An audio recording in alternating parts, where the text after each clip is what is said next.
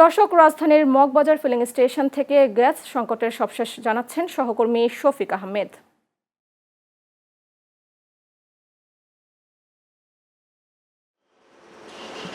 সুমি, যেমনটা বলছিলেন যে দিন যত যাচ্ছে ততই কিন্তু যে ফিলিং স্টেশনকে দীর্ঘ লাইনের পর লাইন, দীর্ঘ সারি কিন্তু দেখা যাচ্ছে প্রতিটি সিএনজি ফিলিং স্টেশনে। আমি সকাল থেকেই রাজধানীর বিভিন্ন ফিলিং স্টেশনে গিয়েছি, সেখানে দেখেছি দীর্ঘ লাইন। এই মুহূর্তে আমি আছি যে মগবাজার সিএনজি ফিলিং স্টেশন। এই মুহূর্তে যদি চিত্র আপনাকে একটু দেখাই, দীর্ঘ লাইন ধরে তারা গ্যাস নিচ্ছেন।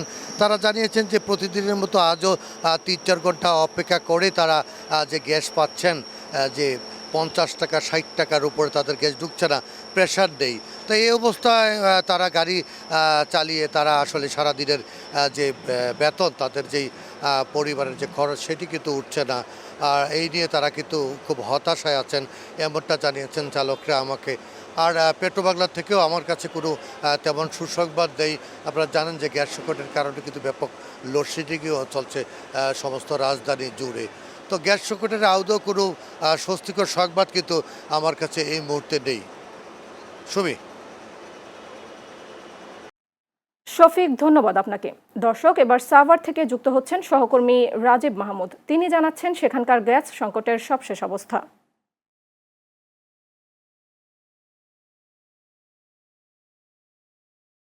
জানেন, দীর্ঘদিন যাবতীয় গ্যাস এবং বিদ্যুৎ সংকটের কারণে খাবার আশুলিয়া শিল্পাঞ্চলে ভোগান্তির মধ্যে রয়েছে মানুষ।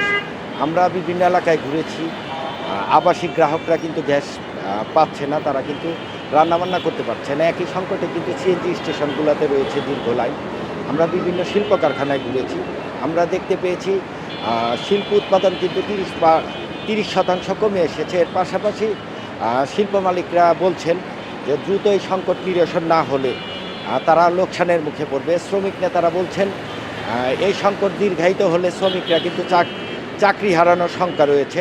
তবে সরকার যে কারখানাগুলোতে সোলার স্থাপনের ব্যাপারে যে সিদ্ধান্ত নিয়েছে, সেটাকে ইতিবাচক সাড়া দিয়েছে কারখানার মালিকরা। তারা জানিয়েছেন এটা আসলে ব্যয়বহুল একটা প্রকল্প।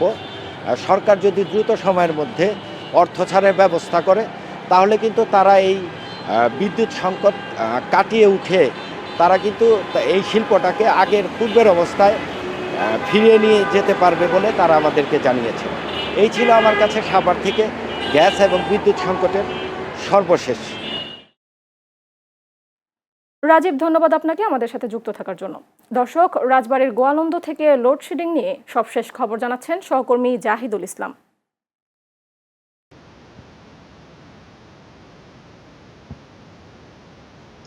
সুমি, ধন্যবাদ আপনাকে। আপনি যেমনটি বলছিলেন, আমি এই মুহূর্তে আছি রাজবাড়ী বিদ্যুৎ অফিসের সামনে। সারা দেশে নয়, রাজবাড়ীতেও ঘন ঘন লোডশেডিং শুরু হয়েছে। এই লোডশেডিং এর কারণেই সাধারণ মানুষ এবং কর্মজীবী, শিশু এবং বৃদ্ধ তারা চরম ভোগান্তিতে রয়েছেন। পাশাপাশি যে সমস্ত শিক্ষা প্রতিষ্ঠান রয়েছেন, সরকারি এবং বেসরকারি অফিস রয়েছেন, তারা এই সেবা থেকে ব্যাহত হচ্ছেন।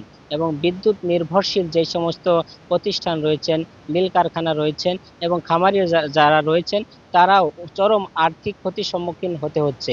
আমরা তাদের সাথে কথা বলেছি, তারা আমাদেরকে জানিয়েছেন এই ঘন ঘন লোডশেডিং এর কারণেই যেমন খামারিদের যেমন একদিকে ডিম সরবরাহ কমে যাচ্ছে, অন্যদিকে মুরগিও মারা যাচ্ছেন এবং যারা মিল কারখানা মালিক রয়েছেন তারাও চরম ক্ষতির সম্মুখীন হতে হচ্ছে।